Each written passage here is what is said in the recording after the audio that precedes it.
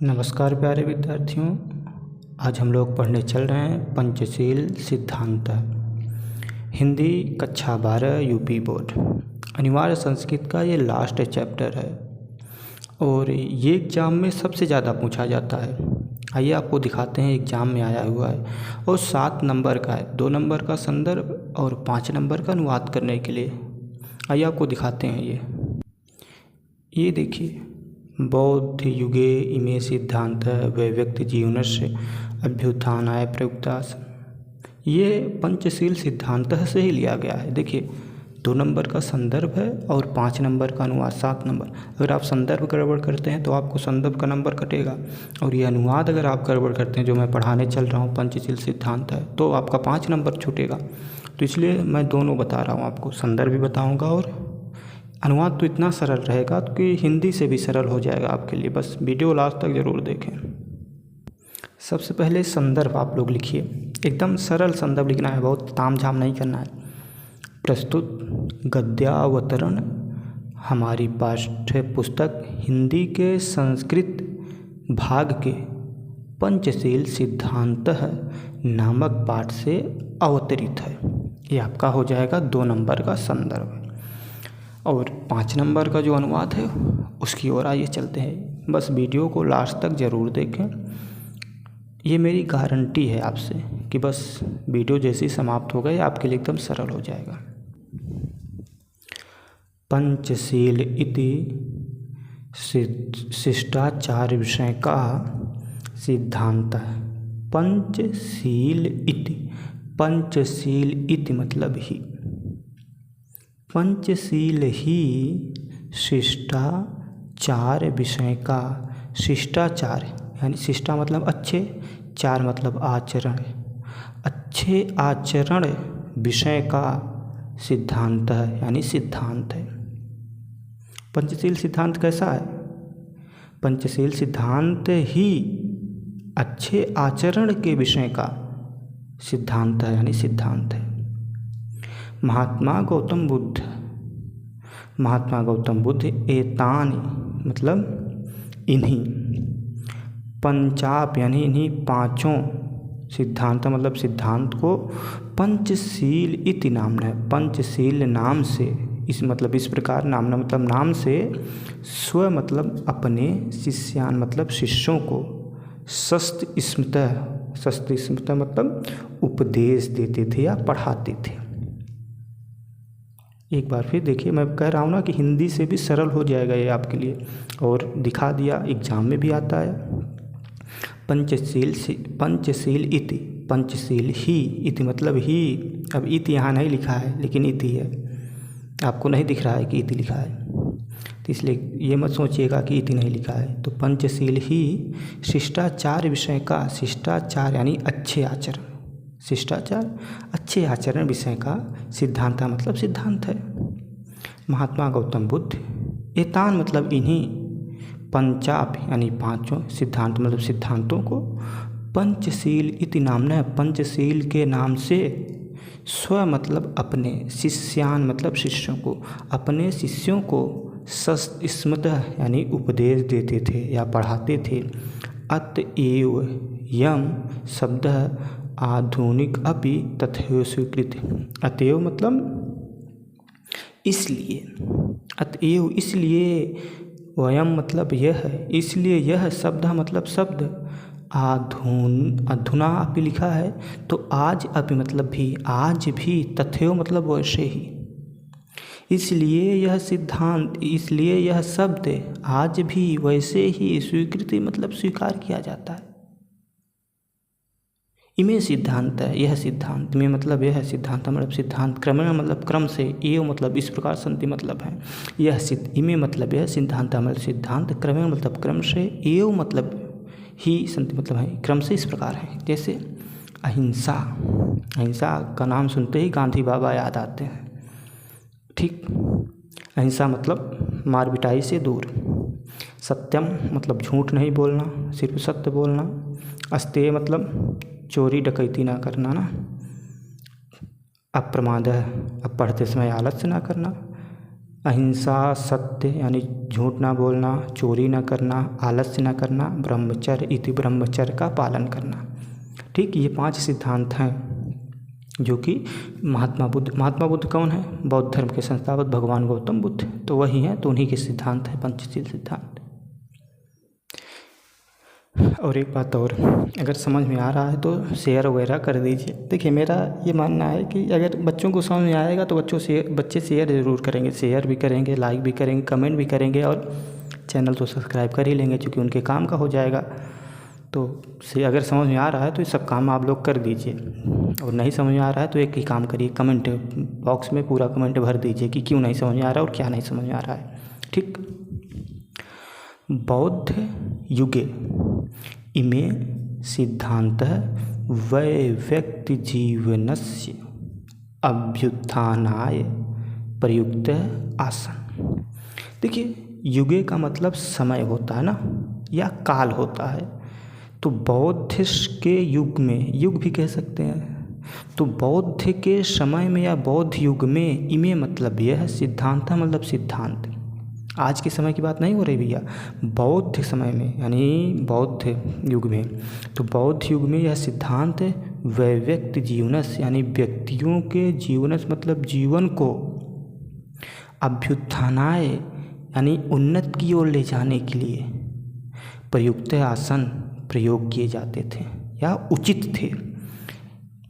बौद्ध समय में यह सिद्धांत किस लिए प्रयोग किए जाते थे? व्यक्ति के जीवन को उत्थाना यानी उन्नत की ओर ले जाने के लिए बौद्ध के समय में यह सिद्धांत प्रयोग किए जाते थे, यानी प्रयोग में लाए जाते थे। परम अद्य, परम मतलब परंतु, अद्य मतलब आज, परंतु आज में मतलब यह सिद्धांत मतलब सिद्धांत, परंतु आज यह सिद्धांत राष्ट्राम यानी राष्ट्र मतलब देश होता है, यहाँ पर राष्ट्र का मतलब देश। परम अद्य परंतु आज, इमे मतलब यह सिद्धांत मतलब सिद्धांत राष्ट्राम यानी राष्ट्रों के, क्या लिखा है भैया, राष्ट्रों के परस्पर मतलब आपसी मैत्री, मित्रता, सहयोगेन और सहयोग करान मतलब करने के लिए। परंतु आज यह सिद्धांत एक दूसरे देशों के बीच मित्रता और सहयोग की भावना के लिए, विश्व यानी विश्व में बंधुत्व मतलब भाईचारे के लिए, विश्व शांतेश्च च मतलब और विश्व में शांति स्थापित करने के लिए साधनम संति ये साधन हैं। अगर इन्हीं सिद्धांतों का पालन किया जाए तो आज एक दूसरे के प्रति परस्पर मैत्री और सहयोग करने की भावना, विश्व में भाईचारे की और शांति स्थापित करने के लिए साधन है ये, मतलब इससे बड़े साधन कुछ नहीं हो सकते। राष्ट्रनायक श्री जवाहरलाल नेहरू महोदय, राष्ट्रनायक यानी राष्ट्र के नायक पंडित जवाहरलाल नेहरू महोदय प्रधानमंत्रित्व काले, प्रधानमंत्रित्व यानी प्रधानमंत्री के काले मतलब समय में, यानी जब वो प्रधानमंत्री थे। कब थे प्रधानमंत्री? किसी को याद आ रहा होगा तो कमेंट में ज़रूर लिखेंगे। ठीक, तो जब पंडित जवाहरलाल नेहरू प्रधानमंत्री थे तो वो अपने काले मतलब अपने समय में चीन देशेन सह, चीन देश के सह मतलब साथ, भारतस यानी भारत की, मैत्री मतलब मित्रता, पंचशील सिद्धांत अधिकृत, पंचशील सिद्धांत के आधार पर ही, पंचशील सिद्धांत के आधार पर ही, पंचशील सिद्धांत के आधार पर अधिकृत मतलब अपनाकर, एवं भवति, बहुत मतलब देखिए, एवं मतलब ही, अभव मतलब हुई, तो जो देखिए फिर से देखिए, समझ आना चाहिए बात ये है।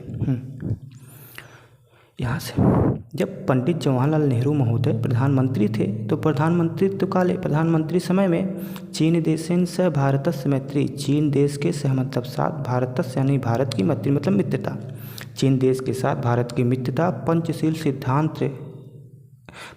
सिद्धांत के अधिकृत मतलब अपनाकर, पंचशील सिद्धांत को ही अपनाकर, एवं मतलब ही, अभव मतलब हुई थी, यानी भारत देश की मित्रता चीन के साथ पंचशील सिद्धांत को अपनाकर ही हुई थी। ठीक, यतो ही उभयवत, यतो ही, यतो मतलब क्योंकि, या यतो ही का मतलब दोनों का क्योंकि, क्योंकि उभयवत अब मतलब भी, उभय मतलब दोनों, क्योंकि दोनों देश भी बौद्ध धर्म को निष्ठावंत मतलब मानने वाले थे। क्योंकि दोनों देश यानी चीन और भारत दोनों देश बौद्ध धर्म को मानने वाले थे, इसलिए आधुनिके जगत पंचशील सिद्धांत नवीन राजनैतिक स्वरूप गृहवंत। आधुनिक मतलब आज के, जगत मतलब संसार में, पंचशील सिद्धांत नवीन मतलब नए, राजनैतिकम मतलब राजनैतिक, स्वरूपम मतलब स्वरूप को, गृह मतलब ग्रहण किया है, एवं च व्यवस्थित, और ये इस प्रकार व्यवस्थित है। जैसे पहला देखिए, किम अपि राष्ट्रम कस्य च अन्यस्य, कस्य च अन्यस्य, किम अपि मतलब कोई, अपि मतलब भी, कोई भी, राष्ट्र मतलब देश, कस्य अन्यस्य किसी अन्य, किसी दूसरे, राष्ट्र से मतलब राष्ट्र यानी देश पर, देश के ऊपर आंतरिक विषय में क्रीदिशम किसी भी प्रकार का व्याघात मतलब व्याधा, न मतलब नहीं, करे से मतलब करेगा। पहला क्या है, पहला सिद्धांत क्या है, पहला सिद्धांत, कोई भी देश, किमपि मतलब कोई, अपि मतलब भी, राष्ट्र मतलब राष्ट्र या देश, कस्य अन्यस्य किसी अन्य, किसी दूसरे, राष्ट्र मतलब राष्ट्र के, आंतरिकेषु आंतरिक, विषय मतलब विषय के मामले में, किसी भी प्रकार का व्याघात मतलब व्याधा, न मतलब नहीं, करे से मतलब करेगा, किसी भी प्रकार का कोई व्याधा नहीं करेगा। ठीक। दूसरा,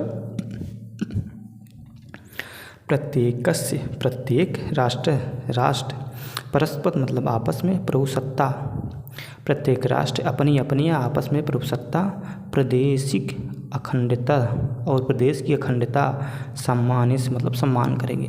अब ये नहीं कि चीन जो है वो पूरा पाकिस्तान घेर ले, कह दे कि नहीं ये हमारा है, ये हमारा है, नहीं भाई, आपस में जो उनकी जो बॉर्डर लाइन है, बाउंड्री लाइन है, उसका सम्मान करेंगे। ये नहीं कि चले आए रातों रात।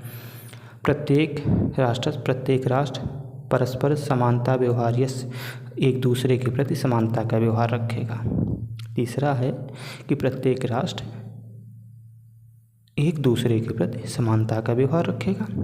किमपि राष्ट्रेण नाक्रियन्ते, किमपि मतलब कोई, किम अपि कोई भी राष्ट्र, देश, कोई भी देश, नाक्रमणते मतलब किसी भी देश पर आक्रमण नहीं करेगा, बिना मतलब गलती का या बिना किसी भी आक्रमण के, मतलब ऐसी न हो तो आक्रमण नहीं करेगा। पांचवा है सर्वभि राष्ट्रम मिथ, सर्व मतलब सभी, राष्ट्र मतलब राष्ट्र, मिथा मतलब, अगर मैं कहूँ मिथा का मतलब क्या होगा, तो या फिर मैं ये कहूँगी आप लोग मिथः रहते हैं, जैसे क्लास में मिथः रहते हैं, आप कहेंगे मिथः रहते हैं, हाँ आप लोग मिथः रहते हैं, मिथा मतलब आपस में होता है ना, तो आप लोग आपस में तो रहते हैं।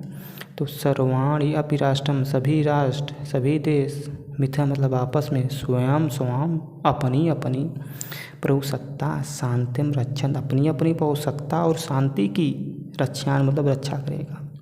प्रत्येक राष्ट्र अपनी अपनी आपस में अपनी अपनी प्रभुसत्ता और शांति की रक्षा करेगा। ये 5 सिद्धांत हैं। ठीक। अब कह रहे हैं कि विश्वस्यानि राष्ट्राणि शांति इच्छा तानि इमानि नियमांगीकृत्य। विश्वस्य, अगर विश्व यानी मतलब जो विश्व में जो भी, राष्ट्र मतलब देश, शांति में इच्छा, शांति की इच्छा चाहता है, तानि मतलब वही, ईमान मतलब इन्हीं, नियमांग्रित नियमों को, अंग्रित मतलब धारण कर ले, यानी अगर विश्व में कोई भी राष्ट्र ये चाहता है कि शांति बनी रहे तो इन्हीं नियमों को धारण कर ले भाई। किसी के मामले में, किसी के आंतरिक मामले में मतलब दखल अंदाजी नहीं करेगा, कहते हैं देसी शुद्ध भाषा में कहें उंगली नहीं करेगा ना। फिर प्रत्येक राष्ट्र किसी भी की मतलब बाउंड्री लाइन की मतलब किसी की कब्जी आएगा नहीं ज़मीन जगह, ठीक। फिर कह रहे हैं प्रत्येक राष्ट्र समानता के व्यवहार करेंगे, नहीं कि नहीं तुम छोटे देश हो, तुम हटो, मैं बड़ा देश हूँ, मैं सबसे अच्छा हूँ, तुम छोटे हो, तुम नहीं, मतलब ये सब कोई भी राष्ट्र किसी भी राष्ट्र के ऊपर आक्रमण नहीं करे। जैसे मान लीजिए कोई जैसे भारत ही कह दे कि नहीं पाकिस्तान तो है ही नहीं, ये सब भारत है, तो नहीं, ऐसे नहीं है। फिर कह रहे हैं कोई सभी राष्ट्र आपस में अपनी अपनी सत्ता और शांति की रक्षा करेंगे। तो अगर कोई भी विश्व में कोई भी राष्ट्र ये चाहता हो कि शांति बनी रहे तो इन्हीं पाँचों सिद्धांतों का पालन कर ले और नियमों को धारण करें, नियमांकित नियमों को धारण करें, परस्पर स्वमैत्री भाव से और आपस में एक दूसरे के प्रति मैत्री भाव को क्या कर ले, स्वीकार कर ले भाई, आपस में मैत्री भाव को स्वीकार करें। और यह दृढ़ कुरुवंत मतलब मजबूत करते हैं, आपस में एक दूसरे के मैत्री भाव को क्या करते हैं, मजबूत करते हैं, ठीक। तो ये था आपका पंचशील सिद्धांत। आता है देखिए ज़रूर, और एक बार आप देख लीजिएगा तो ध्यानपूर्वक फिर किताब से पढ़ लीजिएगा, आ जाएगा। बहुत कोई भी विषय इतना कठिन नहीं होता जितना आप लोग मान के चलते हैं, ठीक। तो जैसे मैं हूँ, मैं 3-4 सब्जेक्ट पढ़ा देता हूँ, तो कठिन नहीं है, कठिन होता तो कैसे पढ़ा पाता। तो कठिन नहीं है यार, कोई भी सब्जेक्ट इतना ज़्यादा कठिन नहीं होता जितना मान के चलते हैं। बाकी आप लोग पढ़ते रहिए, सब एकदम अच्छे समझ में आएगा। और एग्ज़ाम भी अब नज़दीक ही आ गया आप लोगों का, ज़्यादा समय बचा नहीं है।